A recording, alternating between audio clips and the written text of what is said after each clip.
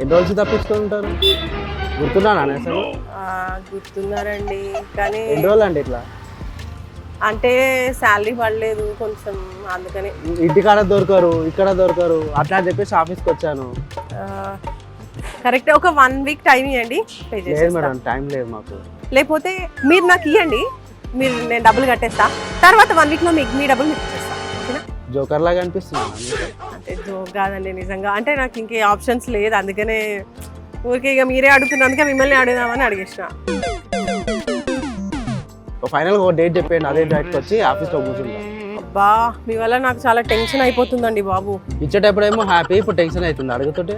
సరే, ఇవన్నీ కాదు కానీ ఒక 1 మంత్ టైం ఇవ్వండి, కట్టేస్తాం మొత్తం. నమ్మకం, గ్యారంటీ?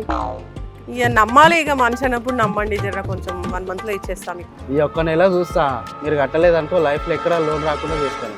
అమ్మయ్య, థ్యాంక్స్ అండి. ఊరుకు వచ్చే పని మీకు పెట్టను, సరేనా? 1 మంత్లో కట్టేస్తాం, ఓకే? Thank you. చూస్తా. అబ్బా, ఇంత పెద్ద ప్రాబ్లంకి నేనైతే ఈరోజు సొల్యూషన్ తీసుకోబోతున్నా. శర్మా గోల్డ్ కంపెనీకి వెళ్తున్నాను. మీకు ఇలాంటి ప్రాబ్లం ఉందా? అయితే శర్మా గోల్డ్ కంపెనీకి కాల్ చేయండి, ఎందుకంటే మొత్తం వాళ్ళే చూసుకుంటారంట, మన టెన్షన్ అంతా సాల్వ్ అయిపోతుంది. సో నేను ప్రెసెంట్ అక్కడికే వెళ్తున్నా. తాకట్టులో ఉన్న బంగారాన్ని విడిపించి ఆ రోజు ఆన్లైన్ రేటుకే మేము కొంటాం. Sharma gold company.